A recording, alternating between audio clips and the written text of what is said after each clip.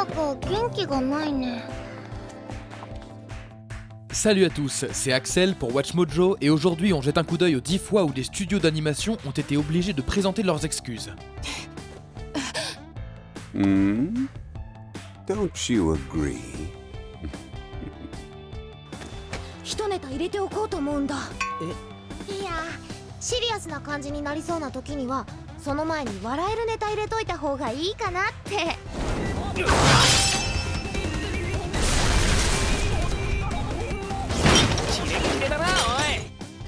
Dans cette liste, nous allons nous pencher sur les cas où les studios à l'origine de nos animés préférés ont dû honteusement baisser la tête pour avoir franchi une limite quelconque. Selon vous, quelle autre société d'animés ont fait des erreurs? Faites-le nous savoir dans les commentaires. Et comme toujours, vous pouvez me retrouver sur le Twitter AxelVoxel. Alors allez-y, suivez-moi et dites-moi quelle liste d'animés vous aimeriez voir ensuite.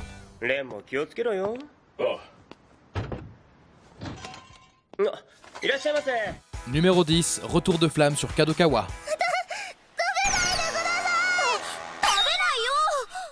Ne nous demandez pas pourquoi une série aussi médiocre et apparemment à petit budget que Kemono Friends a explosé, mais elle l'a fait, et même plus.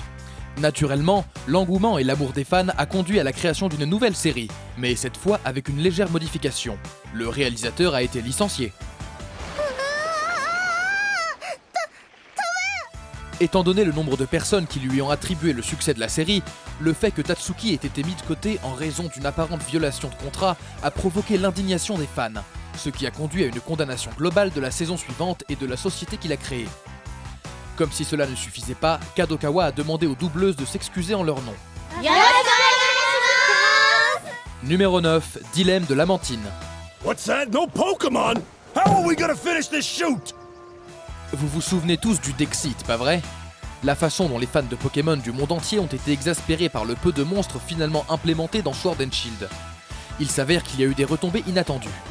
Pendant un épisode d'Ailes du Crépuscule, un spin-off Pokémon en ligne, plusieurs Lamantines ont été montrées en train de nager.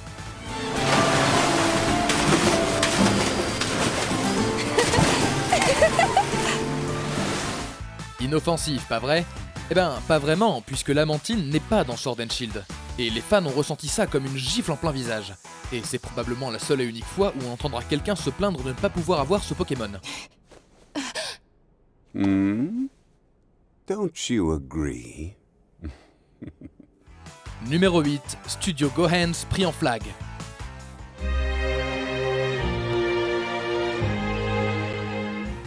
Les fans inconditionnels des produits Clamp étaient probablement impatients de voir une réimpression de l'un de leurs titres les moins connus.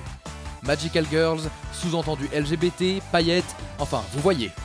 Hélas, tout espoir de voir Tokyo Babylon 2021 est mort et enterré lorsqu'il a été annulé avant même d'être diffusé.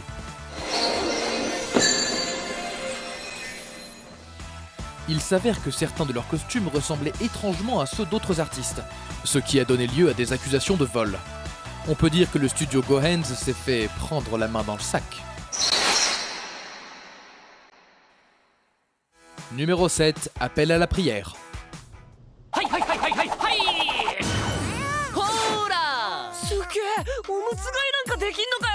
Combien de fois une musique de fond dans un animé a-t-elle réussi à susciter la controverse? Parce que c'est exactement ce qui s'est passé avec la deuxième saison de Noragami.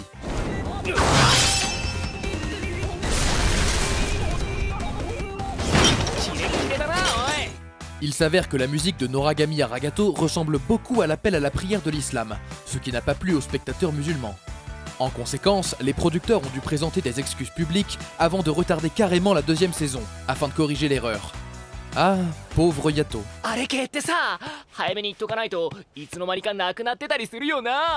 Numéro 6, la farce de Silverlink. いや、シリアスな感じになりそうな時にはその前に笑えるネタ入れといた方がいいかなって。 Celui-ci est si controversé qu'il a empoisonné son propre animé.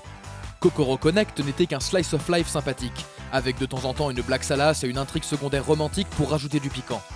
Ainsi que le truc de l'échange de corps. Mais dans les coulisses, les choses étaient un peu plus sombres. Il s'avère que les personnes au pouvoir ont décidé de faire une petite farce au jeune acteur Mitsuhiro Ichiki, qui pensait avoir décroché le rôle. Malheureusement, non seulement l'audition était fausse, mais ils l'ont secrètement filmé en train de dire des répliques embarrassantes, avant de les exposer au public. Certains diront que c'était inoffensif, mais la majorité des gens l'a déclaré dégradant et inutile. だから全員敵だ。その中でも多分太一が一番の敵なんだ。 Numéro 5, meurtre dramatique de leur propre animé. レンも気をつけろよ。いらっしゃいませ。 Les blagues s'écrivent pratiquement toutes seules. Bien sûr, cette série yaoi n'est pas le premier animé à être d'une qualité si pitoyable qu'elle a provoqué l'indignation, mais il est plutôt rare qu'un studio, après seulement le 3e épisode, doive admettre avoir fait n'importe quoi.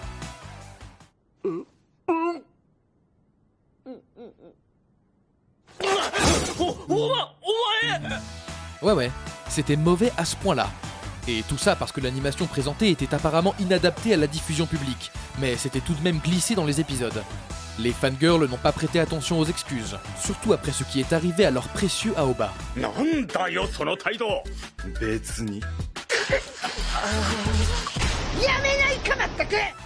Numéro 4, Peko versus Diablo.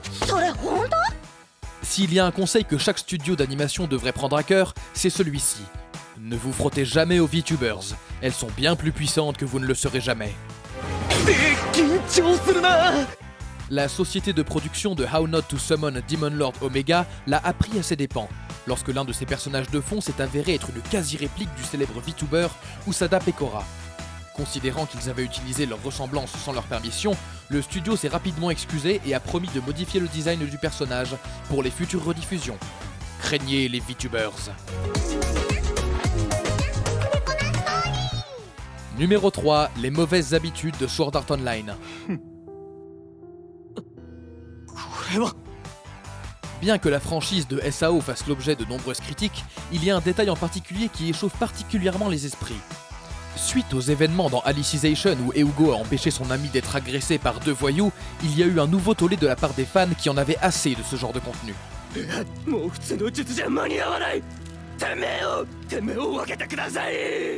L'auteur des light novels s'est alors excusé et a déclaré qu'il s'éloignerait de ce type de contenu à l'avenir.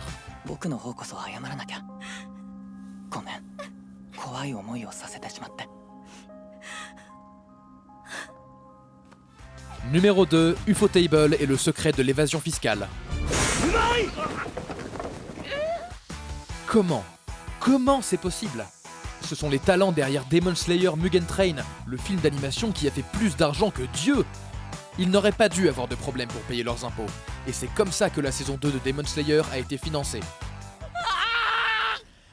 Tout ce que nous savons, c'est que le studio tant apprécié a été mis en examen pour fraude fiscale à hauteur de 137 millions de yens. Quelque chose comme 800 000 euros. Pas mal. Apparemment, tout est réglé maintenant. Nous espérons juste que cela n'entrave pas les futures aventures de Tanjiro.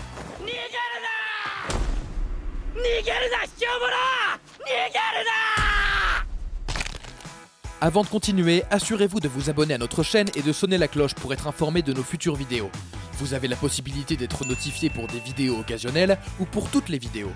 Et si vous êtes sur téléphone, assurez-vous d'aller dans vos paramètres et d'activer les notifications. Et le numéro 1 de cette liste est Anno versus Gainax.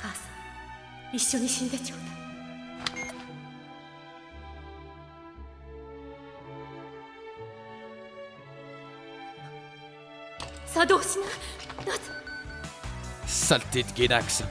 Nous avons déjà passé toute une vie à attendre la conclusion officielle d'Evangelion, et voilà que vous causez de nouveaux retards et attirez les ennuis en refusant de payer les gens. Il s'avère que les seules personnes qu'Anno déteste plus que les fans qui envoient des menaces de mort sont la société qu'il a aidé à créer. Le procès en cours qui concerne des redevances impayées à Anno et à son propre studio Kara est devenu tellement gros que le fondateur de Gainax, Hiroyuki Yamaga, a dû présenter ses excuses. Étant donné qu'Anno a passé des décennies à travailler sur le même projet, nous doutons qu'il abandonne la chasse lorsqu'il s'agit de récupérer les 100 millions de yens qui leur sont dus.